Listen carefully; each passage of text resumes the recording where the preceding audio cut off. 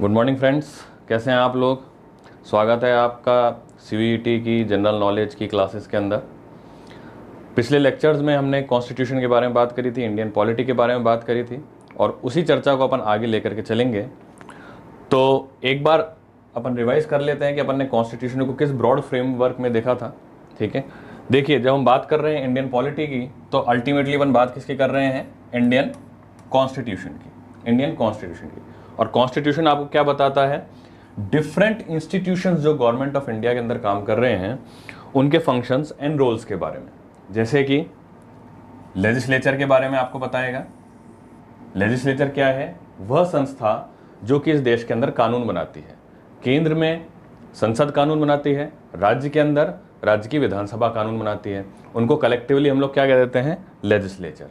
तो उसके roles and functions बता दिए कॉन्स्टिट्यूशन ने। फिर एग्जीक्यूटिव के बारे में बता दिया, कार्यपालिका के बारे में बता दिया कि केंद्र में प्रधानमंत्री और उनका एक मंत्री परिषद रहता है और उनके अफसर गण रहते हैं जो कि केंद्र की योजनाओं को लागू करते हैं, केंद्र के नियमों की अनुपालना करवाते हैं। ठीक है, राज्य के अंदर मुख्यमंत्री और मुख्यमंत्री के अन्य मंत्री परिषद रहते हैं, अन्य अधिकारी गण रहते हैं, वो राज्य के एग्जीक्यूटिव हैं, कार्यपालिका हैं, जो कि सतही स्थल पर विधायिका द्वारा बनाए गए कानून की अनुपालना करवाते हैं। ठीक है, फिर तीसरी है जुडिशरी, जिसके बारे में मैंने अपने से चर्चा करी थी कि जुडिशरी क्या करेगी, ये देखेगी कि लेजिस्लेचर और एग्जीक्यूटिव संविधान के प्रावधान के अनुरूप कार्य कर रहे हैं या नहीं कर रहे हैं। एक और चीज जुडिशरी क्या देखती है कि संविधान में जो आपको फंडामेंटल राइट्स दिए गए हैं, हर नागरिक को कुछ मूलभूत अधिकार दिए गए हैं संविधान के द्वारा, उनका हनन कहीं लेजिस्लेचर और एग्जीक्यूटिव तो नहीं कर रहे हैं। अगर कर रहे हैं तो ऐसे कानूनों को खत्म कर देती है कौन, जुडिशरी। तो जुडिशरी का काम क्या है, न्याय देना। और न्याय देने में सबसे बड़ा काम क्या है कि किसी भी आदमी के फंडामेंटल राइट्स का हनन नहीं होना चाहिए। अभी फंडामेंटल राइट्स कहाँ लिखे हुए हैं, संविधान के अंदर लिखे हुए हैं। क्या चीज़ ये, आपको मेरे को इंडिविजुअल्स को कुछ मौलिक अधिकार दिए हुए हैं, मूलभूत अधिकार दे रखे हैं ताकि हम अपनी ज़िंदगी को डिग्निटी के साथ जी सकें। ठीक है, अब चलिए और क्या बताता है संविधान। संविधान एक तरफ तो फंडामेंटल राइट्स बताता है, दूसरी तरफ और क्या बताता है, directive principles of state policies, राज्य के नीति निर्देशक तत्व। ये क्या चीज़ होते हैं, कुछ ऐसे डायरेक्टिव्स जो है संविधान ने हर गवर्नमेंट को दे रखे हैं। जिसकी भी सरकार बनेगी, जो भी गवर्नमेंट आएगी, उसको एक डायरेक्टिव संविधान ने दे रखे हैं कि भाई आपको क्या रखना है, इस देश को एक वेलफेयर कंट्री के रूप में लेकर के आना है, वॉरफेयर कंट्री नहीं बनाना है। वॉरफेयर कंट्री क्या होता है, जो अपनी टेरिटरी के अतिरिक्त दूसरों की टेरिटरी को भी एनेक्स करता रहता है और बस लड़ाई झगड़ी करता रहता है। जैसे कि अलेक्जेंडर क्या कर रहा था, अपने राज्य की सीमाओं का एक्सपांशन करे जा रहा था। उसे कोई लेना देना नहीं था कि भाई उसकी जो प्रेजेंट जनता है वो खुश है या नहीं है। लेकिन हमारा जो भारत है उसको क्या बताया गया directive principles of state policy में, एक वेलफेयर स्टेट, कि जो हमारी जनता है, जो हमारी टेरिटरी के अंदर जो जनता रहती है वो कैसे खुशहाल रह सकती है, कैसे उनके जीवन को अपलिफ्टमेंट करा जा सकता है, उनके हेल्थ का ध्यान रखना है, उनके एजुकेशन का ध्यान रखना है, उनके न्यूट्रिशन का ध्यान रखना है, उनके कल्चर को प्रिजर्व करके रखना है। ये सब चीज़ें directive principles of state policies के अंदर मेंशन्ड है। और गवर्नमेंट को ये बोला गया है कि भाई आप जो है जब भी अपनी पॉलिसीज़ बनाओ तो इन directive principles of state policies से गाइडेंस प्राप्त करो। ठीक है, so these are called as directive principles of state policies. और क्या बता रखा है संविधान के अंदर, संविधान के अंदर एक तरफ तो फंडामेंटल राइट्स आपके बता रखे हैं कि भाई आपको क्या राइट्स अवेलेबल हैं, एक तरफ फंडामेंटल ड्यूटीज भी बता रखे हैं कि भाई अगर आपके पास कुछ अधिकार हैं तो आपके पास कुछ कर्तव्य भी हैं, है ना। रेस्पॉन्सिबिलिटी एंड पावर या authority comes hands in hand. तो ये तो आपकी पावर है, फंडामेंटल राइट्स, और रेस्पॉन्सिबिलिटी क्या है, फंडामेंटल ड्यूटीज, कि भारत के नागरिक होने के कारण भारत के प्रति आपकी कुछ ड्यूटीज हैं जिनको क्या बोलते हैं, नैतिक कर्तव्य, मौलिक नैतिक कर्तव्य हो गए, फंडामेंटल ड्यूटीज हो गए। तो फंडामेंटल ड्यूटीज भी बता रखे हैं आपको। इसके अलावा संविधान ने क्या बता रखा है, कॉन्स्टिट्यूशनल बॉडीज। इतना सारा तामझाम संविधान ने बता रखा है, इनको इम्प्लीमेंट करने के लिए कुछ इंडिपेंडेंट अथॉरिटीज़ की भी ज़रूरत है। जैसे कि भाई एग्जीक्यूटिव है, प्रधानमंत्री हैं, कैसे आते हैं, चुन करके आते हैं। चुन करके आते हैं इसका मतलब चुनाव होता है। चुनाव होता है तो चुनाव कराएगा कौन, कोई इंडिपेंडेंट बॉडी कराएगी ना, सरकार तो नहीं करा सकती, कोई इंडिपेंडेंट बॉडी कराएगी। तो कौन कराएगा? Election commission of India. तो जैसे कि कॉन्स्टिट्यूशनल बॉडीज में कौन से हो गए? Election commission of India. चलो ठीक है साहब। फिर मंत्रीगण तो आपके तय हो गए, अब उनके नीचे अधिकारीगण आएंगे, तो किसी को भी आप अधिकारी बना दोगे क्या? नहीं, जो एग्जाम पास करेगा उसको आप अधिकारी बनाओगे। और एग्जाम कौन लेगा? कोई इंडिपेंडेंट अथॉरिटी एग्जाम लेगी, ताकि पार्शियलिटी ना हो, किसको अधिकारी बनाना है किसको नहीं बनाना है। तो इंडिपेंडेंट बॉडीज हैं कॉन्स्टिट्यूशनल बॉडीज में, जैसे कि यूनियन पब्लिक सर्विस कमीशन। क्या करती है? यूपीएससी एग्जाम लेती है। आप लोग कभी ग्रेजुएट होकर के एग्जाम देंगे आईएएस वाईएएस का, तो यूपीएससी के थ्रू जाना पड़ेगा, आपको एग्जाम देना पड़ेगा। तो यूपीएससी क्या है? कॉन्स्टिट्यूशनल बॉडी है, संवैधानिक निकाय है। इसका प्रावधान कहाँ कर रखा है? संविधान ने स्वयं ने ही प्रावधान कर रखा है, ठीक है। इसके आर्टिकल्स भी अपन बाद में पढ़ेंगे। और कॉन्स्टिट्यूशनल बॉडीज आगे अपन पढ़ेंगे कंट्रोलर एंड ऑडिटर जनरल, जो कि जितने भी फंड्स रिलीज होते हैं गवर्नमेंट के उनकी ऑडिटिंग करता है, ठीक है।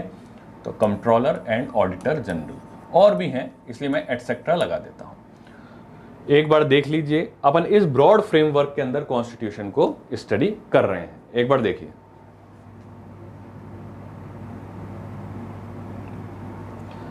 ठीक है। अब अगर मैं आपको बोलूं कि सर ये कॉन्स्टिट्यूशन तो ये तो इतनी सारी चीज़ों के बारे में देख रहा है, लगभग each and every angle of the administration has been covered by the constitution, तो कॉन्स्टिट्यूशन तो बहुत बड़ा हो गया। Definitely it is the largest written constitution of the world, as I told you earlier in my lectures. जो मैंने आपको अपने पिछले लेक्चर्स में बताया था कि लार्जेस्ट रिटन कॉन्स्टिट्यूशन है जो कि इंडिया का है। अमेरिका ने भी लिखा है, लेकिन हमारा सबसे बड़ा कॉन्स्टिट्यूशन है, ठीक है। अब जब इतना बड़ा कॉन्स्टिट्यूशन है तो आप बोलोगे सर कॉन्स्टिट्यूशन की आत्मा क्या है? मुझे तो सिर्फ एक पन्ना बता दो कि कॉन्स्टिट्यूशन जो है वो बेसिकली क्या चाहता था। जब कॉन्स्टिट्यूशन मेकर्स थे वो क्या चाहते थे, किस भावना के साथ कॉन्स्टिट्यूशन को बनाया, सिर्फ एक पन्ने में मेरे को बता दो। बहुत डिफिकल्ट काम है, लेकिन उसको भी हमारे कॉन्स्टिट्यूशन मेकर्स ने आसान कर दिया, हमको प्रिम्बल देकर, प्रस्तावना देकर। और उस प्रस्तावना के अंदर हमारी जो भावना थी संविधान को बनाने की, उसके बारे में जिक्र करता है। तो आइए देखते हैं प्रिम्बल क्या होता है।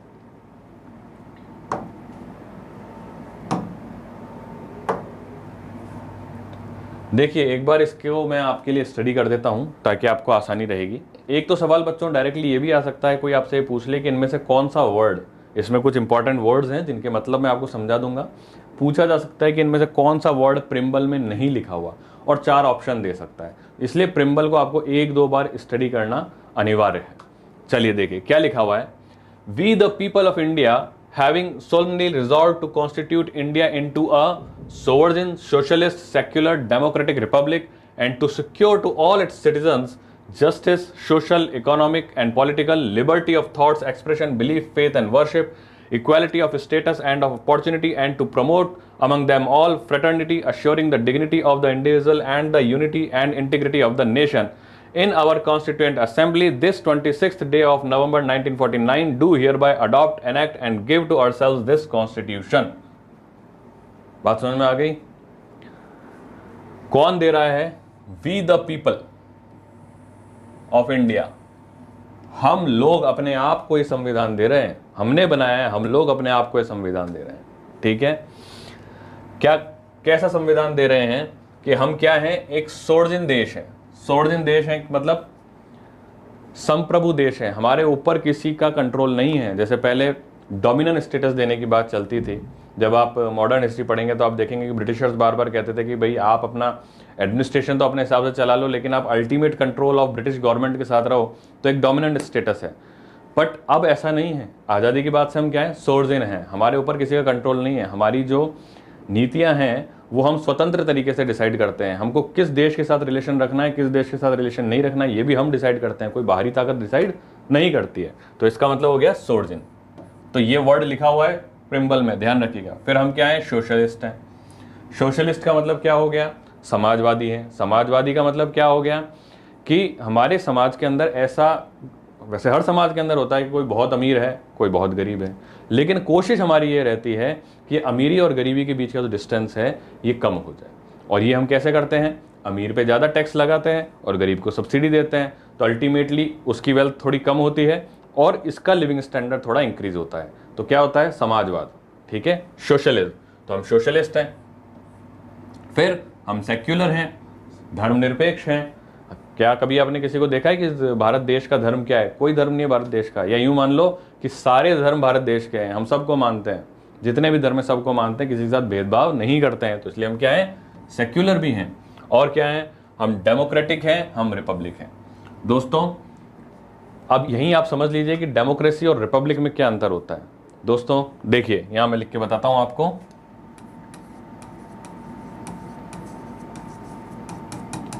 डेमोक्रेटिक का अर्थ तो होता है लोकतंत्र। लोकतंत्र का मतलब ये हो गया कि चुनाव होता है यहां पे, राइट। जो सरकार चलेगी वो चुनाव से चलेगी, ठीक है। हर आदमी अपना क्या दे सकता है, मत दे सकता है, वोट दे सकता है, अपनी बात रख सकता है। एक आपको है फ्रीडम टू एक्सप्रेस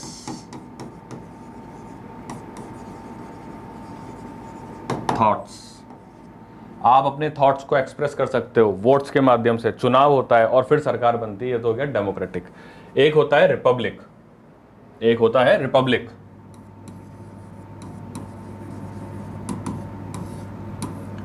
यानी कि आपका जो हेड ऑफ स्टेट है, या हेड ऑफ कंट्री मान लो आप, चलो क्योंकि अभी स्टेट आपको समझ में नहीं आएगा। हेड ऑफ कंट्री जो है वो खुद इलेक्टेड है, ना कि मोनार्की है। मोनार्की नहीं है, यानी कि कोई राजवंश नहीं चल रहा है, कोई राजवंश नहीं चल रहा है कि साहब मुगलों की सत्ता है, एक मुगल गया दूसरा मुगल राजा बन गया, ऐसा नहीं चल रहा है। नहीं, हमारे यहाँ क्या है, हेड ऑफ कंट्री क्या है, इलेक्टेड है।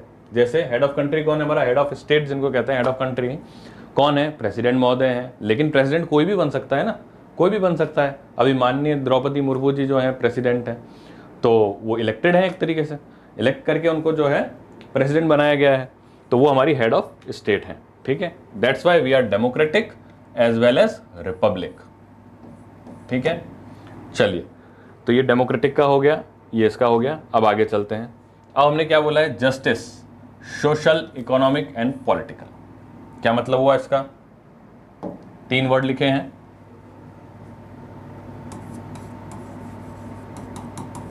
जस्टिस कैसा होना चाहिए, सोशल जस्टिस,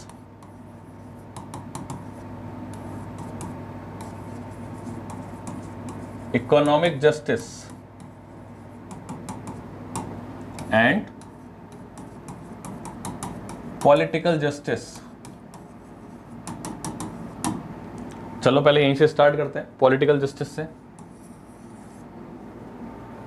पहले क्या होता था, आज़ादी से पहले समाज का एक बहुत बड़ा वर्ग हुआ करता था जिसको वोट देने का अधिकार ही नहीं था, जिनमें कई बार तो महिलाओं को ही अधिकार नहीं होता था वोट देने का। लेकिन आज क्या है, हर वह व्यक्ति जो 18 साल से ज़्यादा उम्र का है उसका वोट लिया जाता है। ये होता है पॉलिटिकल जस्टिस। जितने भी नागरिक हैं समान हैं और उनको अपना मत व्यक्त करने का अधिकार प्राप्त है। इसका मतलब न्यायिक जो है उनको न्याय मिल रहा है, पॉलिटिकल न्याय मिल रहा है उनको, राजनीतिक न्याय मिल रहा है उनको। That is called as political justice, ठीक है। फिर क्या हो गया, इकोनॉमिक जस्टिस। मैंने आपको बताया था कि इकोनॉमिक इनइक्वालिटीज को खत्म करना, भारत के संविधान में लिखा हुआ है कि इकोनॉमिक इनइक्वालिटीज को खत्म करा जाए। जब देश आज़ाद हुआ था तो कहीं तो बहुत राजघराने थे, जमींदार हुआ करते थे, सारी वेल्थ उनके पास हुआ करती थी, ज़मीनें उनके पास हुआ करती थी, और कहीं एक सीमांत किसान हुआ करता था, बेचारा जैसे जैसे सर्वाइव करता था, कई बार सर्वाइव नहीं भी कर पाता था। लेकिन आज क्या है कि लैंड रिफॉर्म्स के माध्यम से जिनके पास बहुत ज़्यादा लैंड थी उनसे लैंड ली गई, और जिन सीमांत किसानों के पास नहीं थी उनको वो लैंड दी गई। और अभी भी उनके उत्थान के लिए हम लोग क्या करते हैं, किसानों को सब्सिडी देते हैं, फ्री बिजली देते हैं, कभी कभार उनके कर्ज माफ़ी कर दिया करते हैं, जो कि ज़रूरत भी है किसान की, क्योंकि उनको आवश्यकता है। तो ये हम क्या कर रहे हैं, इकोनॉमिक इक्वालिटी लेकर के आ रहे हैं समाज के अंदर। That is called as economic justice. तो ये संविधान जब बना था उसकी भावना उसी समय प्रिम्बल में व्यक्त कर दी गई थी कि इकोनॉमिक जस्टिस की आवश्यकता है। फिर सोशल जस्टिस। दोस्तों जब देश आज़ाद हुआ था उस समय काफ़ी कुरीतियाँ इस देश में चलती थी, जैसे कि छुआछूत की बीमारी चल रही थी, ऊंच नीच भेदभाव चलता था कि भाई तुम ऊंची जाति के हो, ये नीची जाति का है, ये सब चलता था। लेकिन आज क्या है, आज हर व्यक्ति समान है, सोशल जस्टिस आ गया है, सबको समान अधिकार प्राप्त है। इनफैक्ट जो unprivileged sections of the society थे उनको डेवलप करने के लिए रिजर्वेशन भी दिया जाता है, इकोनॉमिक बेनिफिट्स भी दिए जाते हैं। तो ये क्या है? सोशल जस्टिस है। बात समझ में आ गई आपको? तो ये तीनों का मतलब बता दिया मैंने। अब ये लिया कहाँ से है? ये पूरा थॉट लिया कहाँ से है दोस्तों? ये पूरा थॉट हमने लिया है यूएसएसआर से। जिसको पुराना था यूएसएसआर, अब क्या बन गया ये? रशिया, विघटन होकर के। तो रशिया से ये socio economic and political justice वाली बात हमने अपने प्रिम्बल में ली है। चलिए आगे चलें। ये अपन ने कर लिया। अब क्या है? Liberty, liberty of thought, expression, belief, faith and worship, equality, fraternity. ये तीन वर्ड देखो, लिबर्टी लिखा है, इक्वालिटी लिखा है, फ्रेटर्निटी लिखा है। फ्रेटर्निटी तो हो गया भाईचारा, समझ में आता है कि भाई हम चाहते हैं भाईचारा होना चाहिए। लिबर्टी क्या होना चाहिए कि भाई थॉट प्रोसेस होनी चाहिए हमारे, मतलब लिबर्टी होनी, हमारे को स्वच्छंदता प्राप्त है हमको, ठीक है। और equality, equality of status and opportunity, ये सब चीजें liberty, equality and fraternity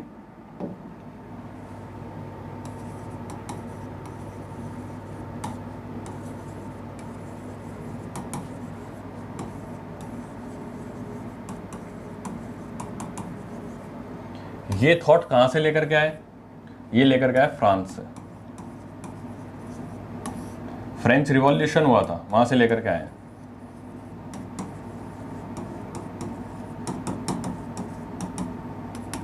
French revolution हुआ था, हिस्ट्री में आप लोग पढ़िएगा, वहां से उठा करके लेकर के आए। ऐसे ही जो पुराना वाला लेके आए थे जस्टिस वाला, वो रशिया से लाए थे, वो भी रशियन रिवॉल्यूशन 1917 में रशियन रिवॉल्यूशन हुआ था, वहां से उठा करके लेकर के आए थे, ठीक है। अभी लिबर्टी, इक्वालिटी, फ्रेटर्निटी, भाईचारे से रहो, ये तो फंडामेंटल ड्यूटीज में लिखा हुआ ही है ही। शॉर्ट फॉर्म में फंडामेंटल ड्यूटीज को मैं एफडी कहता हूं, तो फंडामेंटल ड्यूटीज, फ्रेटर्निटी लिखा हुआ है ही।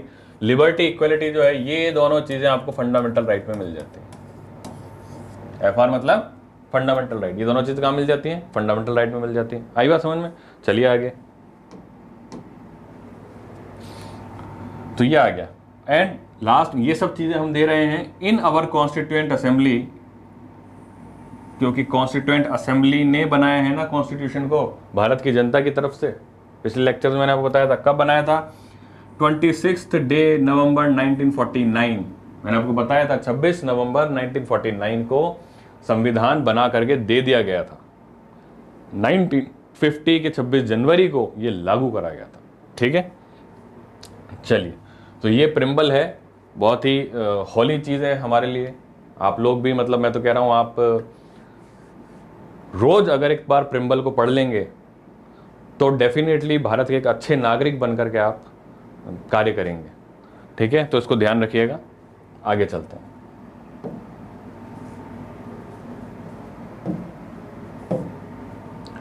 ठीक है दोस्तों, तो अब अपन अपनी जो कल अपन ने लेक्चर छोड़ा था उसको एक तरीके से ब्रॉड फ्रेमवर्क में दोबारा से देख लिया। इसी के तहत मैंने आपको बताया था कि भारत के आर्टिकल, भारत का जो संविधान है उसके अंदर 440 के आसपास आर्टिकल्स हैं, 12 शेड्यूल हैं। 12 जो शेड्यूल्स थे वो मैंने आपको याद करा दिए थे, जिसका कोड वर्ड भी मैंने आपको बता दिया था, टीयर्स ऑफ ओल्ड पीएम। उसके थ्रू आप याद कर सकते हैं कि 12 शेड्यूल्स कौन से थे। आर्टिकल्स अपन पढ़ रहे थे, उससे पहले अपन ने आर्टिकल्स की ग्रुपिंग करके पार्ट्स के अंदर आर्टिकल्स को अपन पढ़ेंगे स्टार्टिंग में। तो पार्ट्स से मैंने आपको पहले ही बता दिया था कि जो पार्ट 1 है, आर्टिकल 1 से 4 यूनियन एंड टेरिटरी के बारे में बताता है। अपन ने पिछले लेक्चर में चर्चा कर ली, इसलिए ज़्यादा चर्चा नहीं कर रहे हैं। पार्ट 2 में आर्टिकल 5 से आर्टिकल 11 में सिटीजनशिप, नागरिकता, कि आप नागरिकता कैसे कैसे प्राप्त कर सकते हैं और कौन कौन से वो कृत्य हैं जो अगर आप करेंगे तो नागरिकता आपकी चली भी जाएगी। वो आर्टिकल 5 to 11 लिखा हुआ है, पार्ट 2 के अंदर लिखा हुआ है, ठीक है। आपसे कोई सीधे सीधे ये पूछेगा match the following, article 5 to 11, article 1 to 4, यहाँ पे लिख देगा कि इनके टॉपिक्स क्या हैं और मैच द फॉलोइंग। तो आपको याद होना चाहिए सिटीजनशिप जो है पार्ट 2 आर्टिकल 5 से 11 के बीच में है, ठीक है। फिर पार्ट 3, और इसमें मैंने स्टार भी लगाया था कि ये फंडामेंटल राइट्स हैं, very important, article 12 to article 35 fundamental rights, ठीक है। चलिए, फंडामेंटल राइट्स की बात हो रही है, तो वैसे तो मैंने आपको सारे फंडामेंटल राइट्स करा दिए थे, कुछ बेसिक चीजें फंडामेंटल राइट्स के बारे में आपको और बता देते हैं।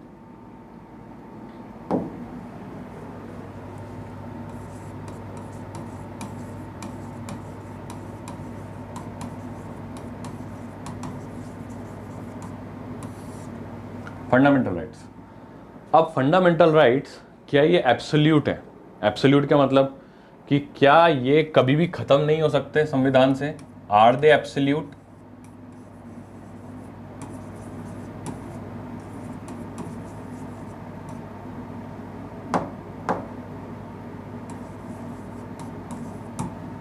आर दे एब्सोल्यूट, यानी कि कभी खत्म नहीं हो सकते? नहीं, ऐसा नहीं है। इनको चेंज करा जा सकता है। No, they can be amended and changed through constitutional amendment, and constitutional amendment क्या करता है? by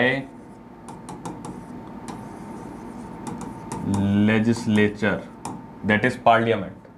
ठीक है, तो पार्लियामेंट अगर चाहे तो संविधान को संशोधित करके फंडामेंटल राइट्स को चेंज कर सकती है या खत्म कर सकती है। बट ये बात सत्य है, लेकिन फिर एक बहुत फेमस केस हुआ, केशवानंद भारती केस ऑफ 1973, और उस केस को काफी डिस्कस करा लोग बागों ने, और उसके अंदर सुप्रीम कोर्ट ने यह कहा कि संसद जो है संविधान संशोधन कर सकती है, provided basic structure of constitution remain untouched. मतलब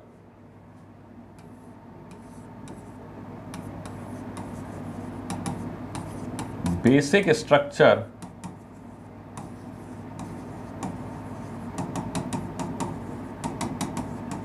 constitution can not be changed.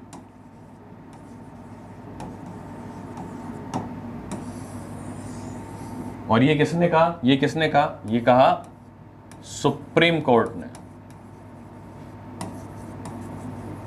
अब यहां ये बात बताने का तात्पर्य इसलिए था, पहली चीज तो ये कि सरकार ने कुछ करने की कोशिश करी, संसद ने कुछ करने की कोशिश करी जनता के विरुद्ध।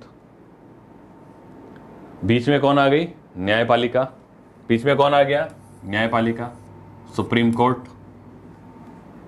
क्या बोला सुप्रीम कोर्ट ने? कि भैया कॉन्स्टिट्यूशन का अल्टीमेट इंटरप्रेटर, कि कॉन्स्टिट्यूशन में लिखा क्या है वो मैं बताऊंगा। ना तो प्रधानमंत्री बताएंगे, ना कोई मुख्यमंत्री बताएंगे, ना संसद बताएगी, ना कोई विधानसभा बताएगी। वो सुप्रीम कोर्ट बताएगा कि संविधान के अंदर एक्चुअल में लिखा क्या है, संविधान की भावना क्या है, संविधान के हर एक लाइन का मतलब क्या है। Ultimate interpreter of the constitution is court, that is supreme court. तो सुप्रीम कोर्ट ने उसको इंटरप्रेट करा कि नहीं, ऐसा नहीं है कि आप फंडामेंटल राइट्स को अमेंड कर दो, उतना ही कर सकते हो जिसके अंदर संविधान का बेसिक स्ट्रक्चर चेंज नहीं होना चाहिए। फिर ये पूछा गया कि भाई बेसिक स्ट्रक्चर है क्या, तो उसकी कोई डेफिनेशन नहीं है। अल्टीमेटली ये रह गया कि बेसिक स्ट्रक्चर क्या है क्या नहीं है ये कोर्ट खुद ही डिसाइड करेगा, और क्योंकि कोर्ट खुद ही डिसाइड करेगा इसलिए फंडामेंटल राइट्स को आज तक किसी ने हाथ नहीं लगाया। सिर्फ एक बार हाथ लगाया गया है जिसमें कोर्ट ने कहा कि हाँ भाई बेसिक स्ट्रक्चर चेंज नहीं हो रहा है, और वो कहाँ यहाँ हाथ लगाया गया है वो भी बता देता हूं मैं आपको।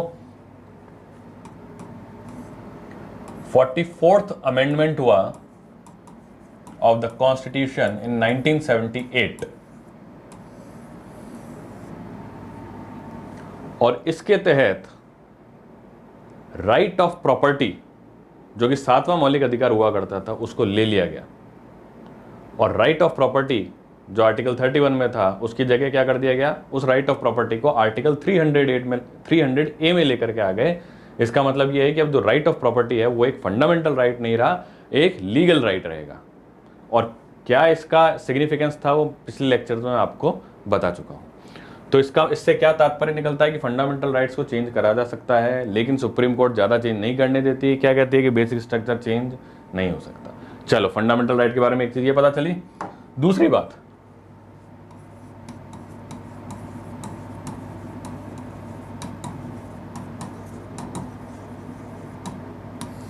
Fundamental rights can be suspended during national emergency, that is article 352।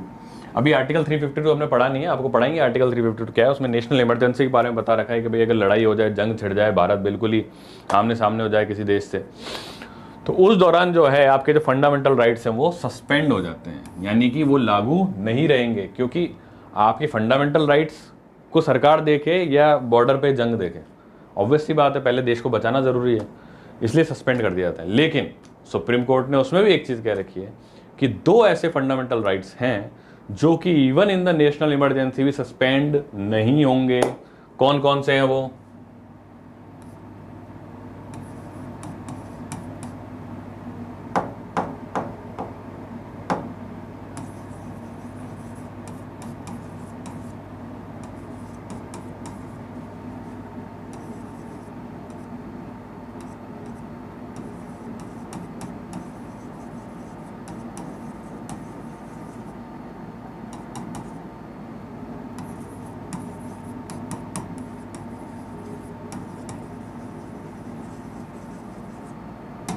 बताओ भाई, ये सवाल डायरेक्ट आ सकता है, कौन से दो फंडामेंटल राइट हैं जो कि नेशनल इमरजेंसी में भी सस्पेंड नहीं होंगे? तो वो हैं, उसका कोड वर्ड है 2021, ये कोड वर्ड है 2021, इसमें 20 को ले लो तो आर्टिकल 20, 21 को ले लो आर्टिकल 21। ठीक है, चलिए, तो ये फंडामेंटल राइट के बारे में हो गया। फंडामेंटल राइट के बारे में एक और चीज़ मैं आपको इंपॉर्टेंटली बता दूं कि फंडामेंटल राइट्स का जब भी हनन होता है, फंडामेंटल राइट्स का जब भी हनन होगा, ये फंडामेंटल राइट्स हैं,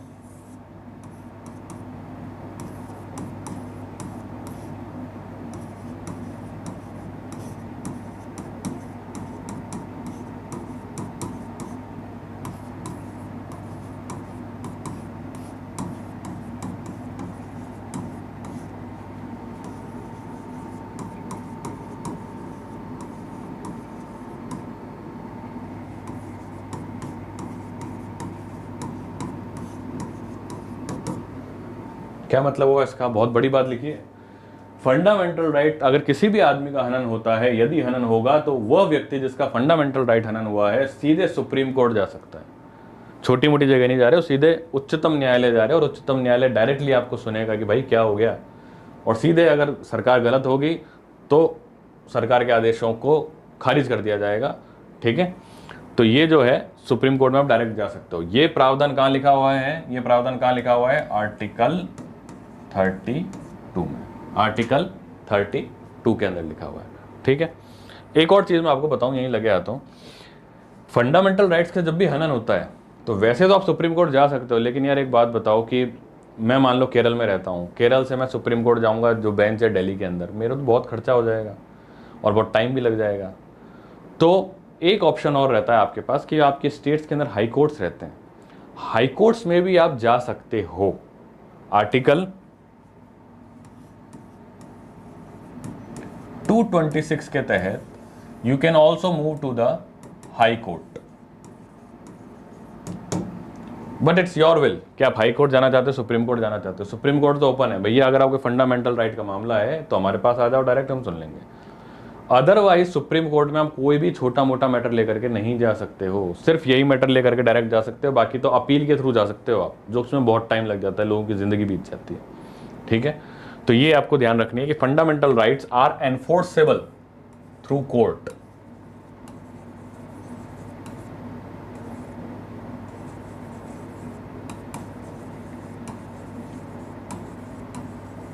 कोर्ट इनको एनफोर्स कराता है, ध्यान रखिएगा, क्योंकि आगे मैं directive principles of state policies पढ़ाऊंगा और फंडामेंटल ड्यूटीज पढ़ाऊंगा। उनको कोर्ट एनफोर्स नहीं करा पाता और नहीं करा सकता।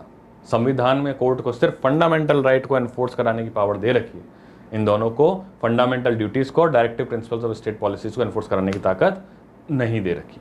ठीक है, चलिए, और क्या बचा है? अब ये फंडामेंटल राइट्स पढ़ रहे थे, आगे देखते हैं।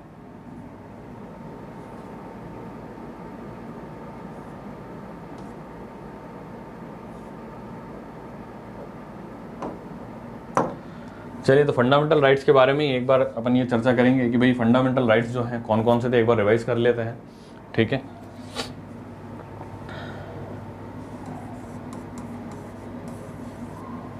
सबसे पहले तो मैंने आपको बताया था आर्टिकल 12 जिसके अंदर स्टेट की परिभाषा है, आर्टिकल 13 जिसके अंदर कोर्ट जुडिशियल रिव्यू में आ जाता है, आपके लिए बचाव के लिए आ जाता है, article 14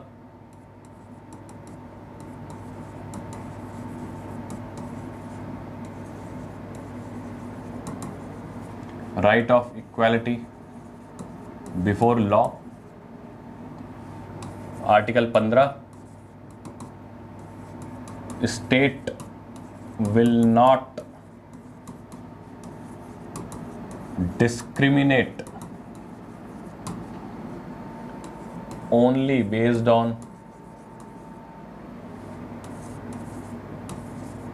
sex, caste, creed, religion and place of birth। ठीक है, फिर आर्टिकल 16 आ गया था equality of opportunity in public employment. ये सब चीज़ें मैं पिछले लेक्चर्स में आपको डिस्कस कर चुका हूं, अभी तो सिर्फ एक तरीके से रिवाइज कर रहा हूं और बेस बना रहा हूं। ठीक है, आर्टिकल 17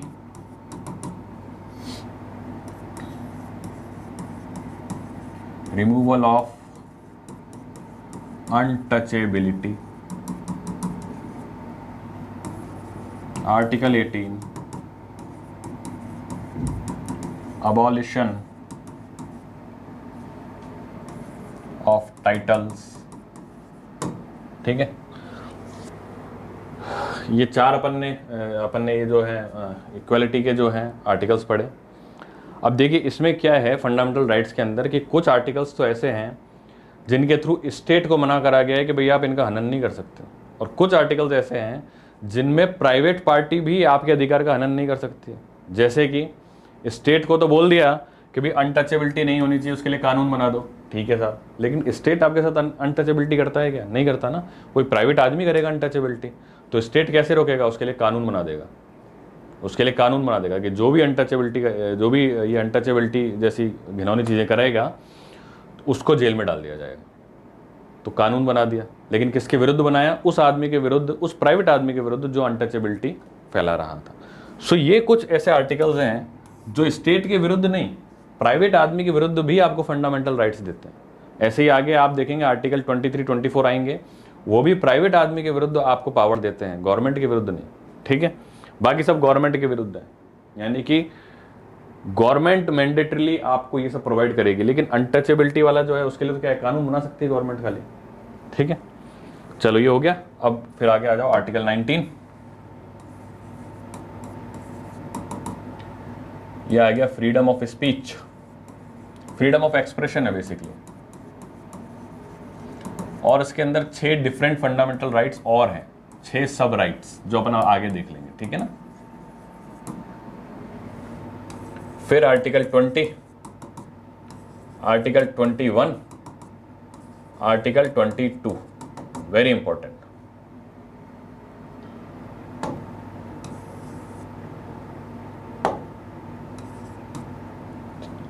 वेरी इंपॉर्टेंट, मैंने आपको बताया था 20-21 जो है ये तो ऐसे फंडामेंटल राइट्स हैं जो कि कभी सस्पेंड ही नहीं हो सकते हैं। क्यों नहीं हो सकते हैं? इनका नाम सुन के आपको पता चल जाएगा। आर्टिकल 21 क्या है?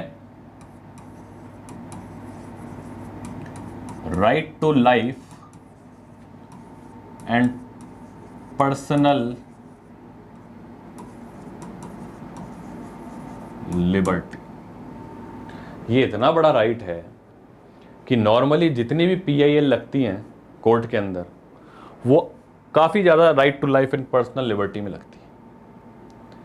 किसी भी आदमी को डिग्निफाइड तरीके से रहने के लिए एक नेचुरल जस्टिस की आवश्यकता है, आत्मसम्मान की ज़रूरत है, और वह चीज़ जो है ये article 21 right to life and personal liberty हमको भारत में प्रोवाइड कराता है। एग्जाम्पल के तौर पर आप किसी संस्था के विरुद्ध RTI लगाते हो, राइट टू इन्फॉर्मेशन। ठीक है, ये पावर कहाँ से डिराइव हुई? ये पावर भी right to life and personal liberty से डिराइव हुई। ठीक है, आप एनवायरमेंटली आपको मान लीजिए कि भाई आपने कोई पीआई लगाई जिसके अंदर आपने ये कहा कोर्ट से कि साहब गवर्नमेंट कुछ ऐसी एक्टिविटी कर रही है, कुछ ऐसे इंफ्रास्ट्रक्चर बना रही है जिससे कि इको सेंसिटिव जोन्स जो हैं हमारे वो ख़त्म हो रहे हैं, मेरे आसपास का जो जल स्तर है वो डाउन हो रहा है, तो कोर्ट उसको सुनेगी। कौन सा आर्टिकल में? Right to life and personal liberty. साहब मेरी ज़िंदगी ख़त्म हो जाएगी अगर पेड़ पौधे ख़त्म हो गए तो, मेरी ज़िंदगी ख़त्म हो जाएगी अगर पानी का स्तर नीचे चला गया तो। बात समझ में आई? इतना बड़ा और इतना वृहद है right to life and personal liberty, इसलिए इसको कभी भी ख़त्म नहीं करा जाता। ठीक है, आर्टिकल 20 क्या है?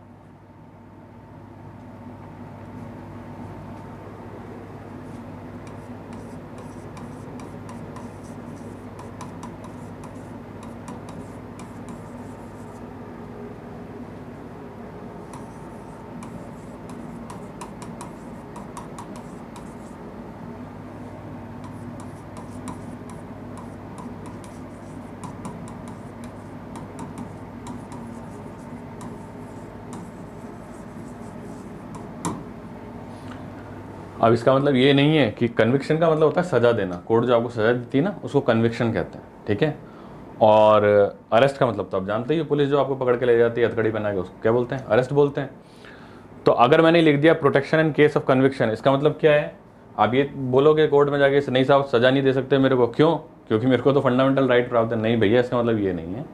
इसका मतलब ये है कि जब भी आपके ऊपर कोई ट्रायल चलेगा, मान लीजिए ट्रायल का मतलब कोर्ट के अंदर आपके ऊपर कोई केस चलेगा, तो पहली चीज़ तो आपको पता होगा कि किस चीज़ को लेकर के मेरे ऊपर क्या चल रहा है, केस चल रहा है।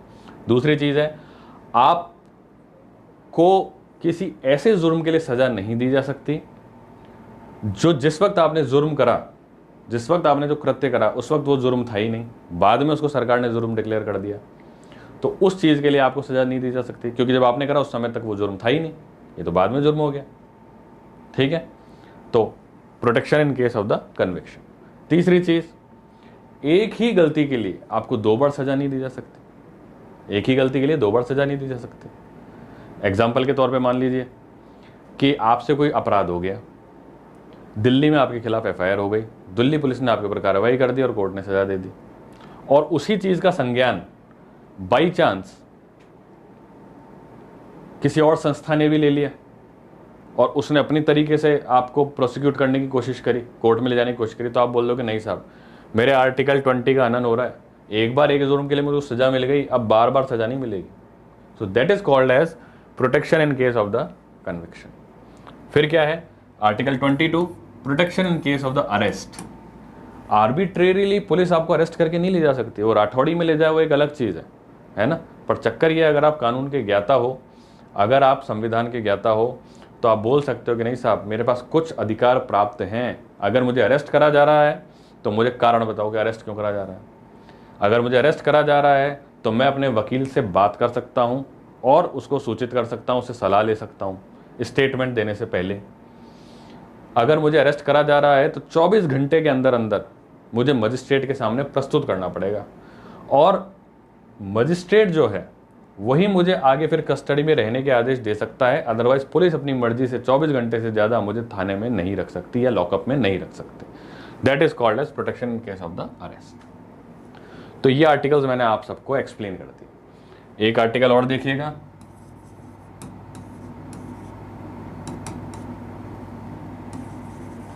Against forced labour, and article 24 against child labor. And when I talk about forced labor, it automatically considers human trafficking.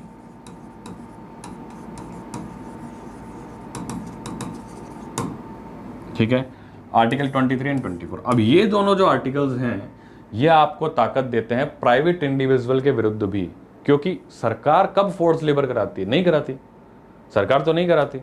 कौन कराता है? प्राइवेट आदमी कराता है। प्राइवेट आदमी कराता है तो उसके विरुद्ध आपके पास अधिकार होना चाहिए ना, तो उसके विरुद्ध आप क्या करोगे? कार्रवाई करवा सकते हो। क्यों? क्योंकि सरकार ने इन प्रावधानों के इम्प्लीमेंटेशन के लिए एक कानून बना दिया कि जिसने भी फोर्स लेबर करा या जिसने भी चाइल्ड लेबर करा उसको हम इतने साल की क्या देंगे? सजा देंगे। तो ये दोनों आर्टिकल्स आपको प्राइवेट आदमी के विरुद्ध भी अवेलेबल हैं। ठीक है, तो ये मैंने आपको करा दिया। और इसके बाद फिर मैंने आपको ये बता ही दिए थे, आर्टिकल 25 से 28 जो है रिलीजन के राइट हैं। फिर आर्टिकल 29 से लेकर के 30 जो है कल्चरल एंड एजुकेशनल राइट्स हैं।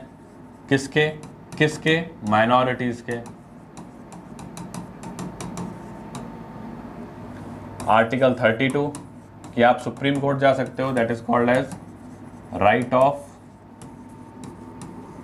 कॉन्स्टिट्यूशनल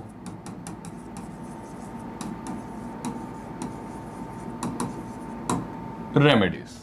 ठीक है दोस्तों, तो ये फंडामेंटल राइट्स आज हमने एक तरीके से दोबारा से इनको कवर करा है, दोबारा से समझने की कोशिश करी है फंडामेंटल राइट्स को। एक बार वापस से देखिएगा कि अपन कहां पर थे। अपन थे पार्ट 3 पर, आर्टिकल 12 से 35 तक फंडामेंटल राइट्स के बारे में। तो इंपॉर्टेंट जो फंडामेंटल राइट्स थे वो मैंने आपको याद करा दिए। ठीक है, आगे और धीरे धीरे इनके बारे में चर्चा करते रहेंगे तो आपको एकदम से कंठस्थ हो जाएंगे। ठीक है, अब अपन बात करेंगे अपने अगले लेक्चर में पार्ट 4 में आर्टिकल 30 से 51 directive principles of state policies के बारे में। Thank you very much.